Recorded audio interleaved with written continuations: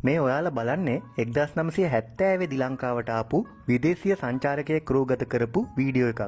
මේ සංචාරකයා ගුවන් යානයක සහ බස් රථයක ගමන් කරන ගමන් තමයි මේ වීඩියෝ එක කරලා තියෙන්නේ. ඉතින් ඔයා මේ මුලින්ම බලන්නේ ඔහු ගුවන් යානයේ ගමන් කරපු වීඩියෝ එක. මේ කොහෙ කියලාද ඔයාට හිතෙන්නේ? මේ මහනුවර. ඔහු මහනුවර ඉඳලා කොළඹට එන්නේ ගුවන් යානයක. මේ මහනුවර මාකට් එක. ඔය පිටිපස්සෙන් තියෙන්නේ බෝගම්බර බන්ධනාගාරය. මේ මහනුවර දුම්රිය ස්ථානය.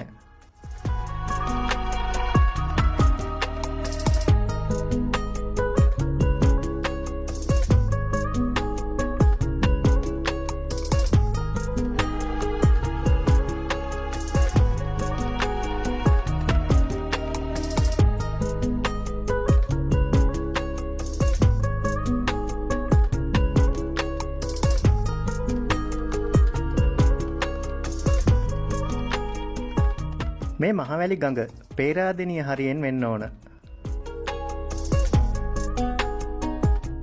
මේක නම් කඩුගන්නාවේ ඩෝසන් කුළුණ වගේ.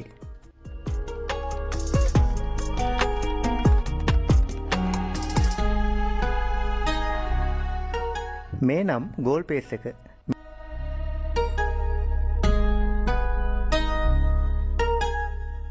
මෙතන මන් දකින විශේෂ දෙයක් තමයි මාර්ගවල තදබදය නැතිකම. මේ ගෝල් පේස් එක ඉස්සරහා වර්තමානයේදී කොච්චර වාහන තදබදයක් තියෙනවද? නමුත් එදා 1970 දී ඒ කියන්නේ අවුරුදු 55කට කලින් පාරේ යන්නේ තට්ටු දෙකේ බස්. ට්‍රීවිල් එහෙම ඇත්තෙම නෑ වගේ. මේ කිංස්බරි හෝටලේ. මේ කොළඹ වරාය.